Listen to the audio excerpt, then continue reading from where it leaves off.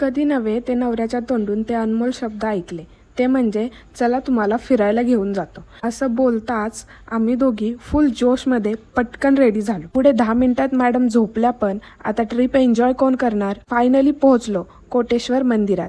खूप शांत आणि सुंदर मंदिर आहे. शेजारी नदी असल्यामुळे खूप प्रसन्न वाटते. मग सईने आणि मम्माने देवाचे दर्शन घेतले. सईच्या पप्पांनी काही ड्रोन शॉट्स घेतले आणि ते मंदिर शूट करेपर्यंत आम्ही दोघी मस्त गप्पा मारत बसलो होतो. आणि शेवटी मॅडमला पाणी दिसलं. मग बस आता मंदिर विसरून वॉटर पार्क सुरू झालं. पाण्यात खेळून दमल्यावर सर्वांच्या आवडीचा वडापाव खाल्ला आणि आमची स्वारी निघाली बारामोट्याची विहीर पाहण्यासाठी. खूप मोठी, जुनी आणि सुंदर असलेल्या या विहिरीमध्ये छावा चित्रपटातील एक सीन शूट झाला आहे. विहीर पाहून झाल्यानंतर आम्ही लोणंदला मम्मीच्या घरी आलो. थोडा वेळ समर्थसोबत गप्पा मारल्या. मग जेवण करून घरी परत आलो. तर असा होता माझा आजचा दिवस. थँक्यू.